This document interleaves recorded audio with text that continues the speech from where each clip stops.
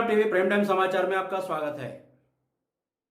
भागलपुर जगदीशपुर अंचल क्षेत्र के दाऊद बाट लाजपत नगर में बसे झुग्गी झोपड़ियों के गरीब लोगों का हालत लॉकडाउन में नाजुक बनी हुई है। लॉकडाउन सरकार के आदेशों का अनुपालन तो कर रहे हैं, लेकिन प्रतिदिन कमाने खाने वाले मजदूरों का हालत बिगड़ रही है। हालात क्या हैं, हमारे संवाददाता वहां जाकर क्षेत्र का जायजा लिया, जिसमें कई लोगों ने अपना दुखड़ा सुनाया।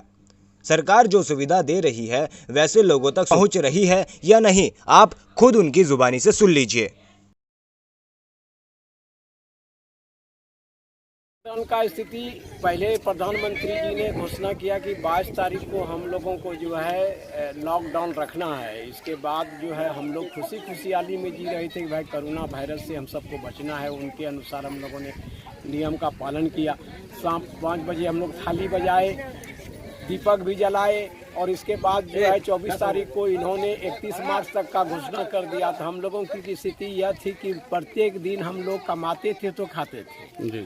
हमारे यहाँ की जो माँ बहन है वो दाई चौका का काम करके आती थी और जो भी मालिक उनको देते थे तो वो बाल बच्चा खाते थे। हम लोग मजदूरी करते थे और मजदूरी करके जो आते थे तो प्रतिदिन जो है वो पूरे परिवार के साथ खाते थे, बच्चों को पढ़ाते थे, दवाई दारू उसी में था। लेकिन जब 31 तक जब बढ़ाने की बात हुई तो हम लोगों की स्थिति दुर्लभ होना शुरू हो गया, चूँकि इसलिए कि काम धंधा जो है चौपट हो गया, आवाजाही पर बैन लग गया।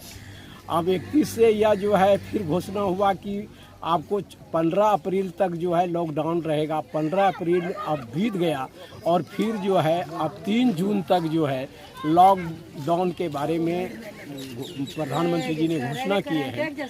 अब ऐसी परिस्थिति में ना तो हमारे घर में अन्न है और ना हमको कोई साधन है और ना ही हमको आवाजाही का कोई प्रतिबंध है। इस कारण से हम जिनके यहाँ कमाते थे उनके यहाँ भी नहीं जा पाते हैं।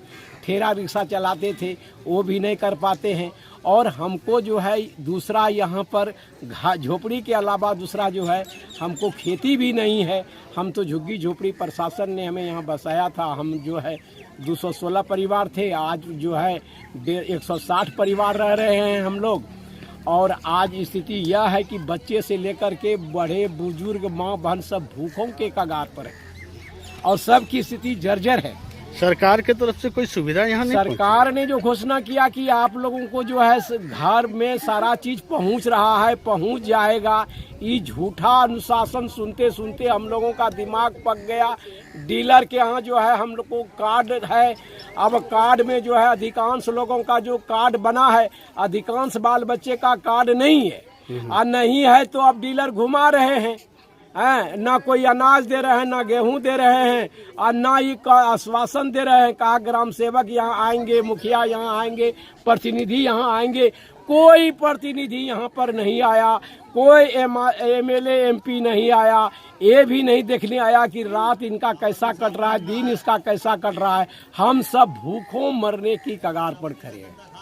इतना कहा जितना कार्डधारी है उसको तो हम राशन दे ही रहे हैं, वो लोग ले ही जा रहे हैं। वो लोग तो मोटा मोटी वो लोग खुश ही हैं। लेकिन बिना कार्डधारी वाले हमारे यहाँ 100 से अधिक लोग डेली का डेली आते हैं कि मेरा भैया कोई उपाय कीजिए, मेरा कोई व्यवस्था कीजिए। हम बोले भाई जब तक सरकार का कोई आदेश नहीं होगा जब तक तो हम कुछ नहीं कर सकते हैं। इसलिए आप लोग सरकार से हम जरूर कहेंगे कि जिनके पास राशन कार्ड नहीं है उनके लिए कोई न कोई समुचित व्यवस्था करे, जो कि आदमी लोग भूख से कम बच सके। नहीं तो ये लॉकडाउन में हमको लगता है कि भूख से जो है कि आदमी लोग पहले मर जाएंगे राशन के बिना। कितनी की संख्या में वैसे लोग आ रहे हैं आपके पास जिसके पास 150 का संख्या में डेली लोग आ रहे हैं मेरे पास। जब से हम वितरण शुरू किए हैं 150 लोग डेली आ रहे हैं बिना राशन कार्ड वाले जो है हमको भी दीजिए भैया। हम बोले नहीं दे सकते हैं, सरकार का ऐसा आदेश नहीं है।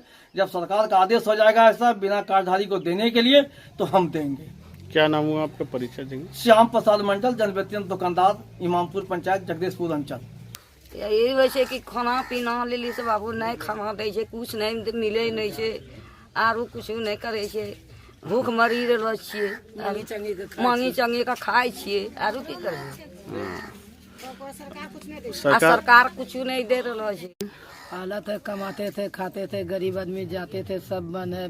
कैसे हूँ मांग चांग के खा रहे हैं, कुछ नहीं मिल रहा है। सरकार की तरफ से कोई सुविधा कुछ नहीं मिला, सुविधा कुछ नहीं है, कुछ नहीं है। पूरे गांव का ये हाल है, पूरा गांव का यही हाल है। बच्चा बुतरू सब भूखे मर रहे हैं।